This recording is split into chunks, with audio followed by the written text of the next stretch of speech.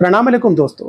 क्या आप जानते हैं कि बादशाह अकबर भी पढ़े लिखे नहीं थे, लेकिन वो इस बात को जानते भी थे और मानते भी थे कि मैं पढ़ा लिखा नहीं हूँ। इसलिए उन्होंने मुकम्मल सियासियात यानी एंटायर पॉलिटिकल साइंस की फर्जी डिग्री हासिल करने की कोशिश नहीं की। चूंकि बादशाह को अपनी लिमिटेशंस पता थीं, इसलिए वो पढ़ाई लिखाई, साइंस, टेक्नोलॉजी इन सब मामलात में अपना मुंह बंद रखते थे।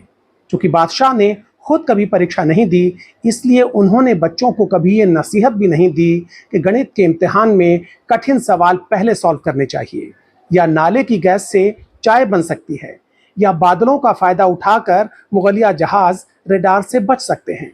अपनी अनपढ़ता को छुपाने के लिए बादशाह अकबर ने अपने से भी कम पढ़े लिखे और जाहिलों को अपना वजीर नहीं बनाया, बल्कि असली डिग्री और असली हुनर वाले एक्सपर्ट्स को अपने दरबार में जगह दी। इनमें से 9 सुपर एक्सपर्ट्स को नवरत्न कहा जाता था।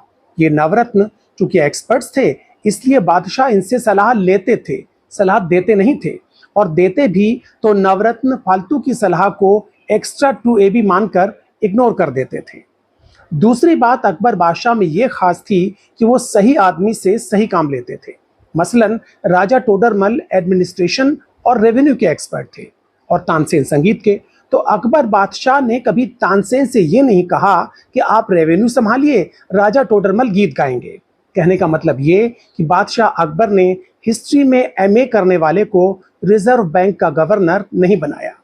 दूसरी बात, बादशाह अकबर की कैबिनेट में सभी की जिम्मेदारियां तय थीं और जवाबदेही भी।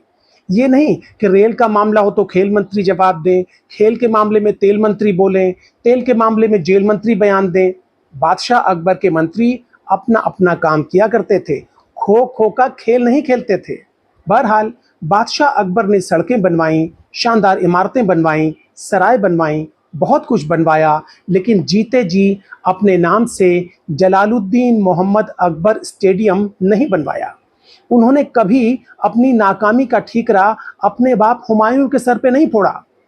अच्छा, अकबर के दरबार में हमारे एक पूर्वज व्यंग्यकार यानी सैटारिस्ट भी थे, आप जानते हैं, उनका नाम था बीरबल। मजे की बात यह कि बीरबल के ज्यादातर व्यंग्य और कटाक्ष बादशाह अकबर की कमियों और गलतियों पर होते थे, लेकिन इसके बावजूद बादशाह ने न तो उन्हें सोशल मीडिया पर ट्रोल करवाया और न ही उनके खिलाफ एफआईआर दाखिल करवाई, बल्कि उन्हें अपना नवरत्न बनाया। बादशाह अकबर भी दिखने में अच्छे नहीं थे, लेकिन उन्होंने न तो प्लास्टिक सर्जरी करवाई और न ही रोज 2 घंटे मेकअप के लिए दिया करते थे। हिंदुस्तान का शहंशाह होने के बावजूद बादशाह अकबर दिन में 5 बार कपड़े नहीं बदलते थे।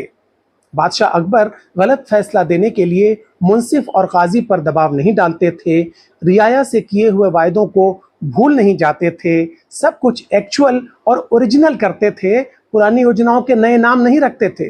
और सबसे बड़ी बात कि बादशाह अकबर ने मजहब को हमेशा सियासत से अलग रखा।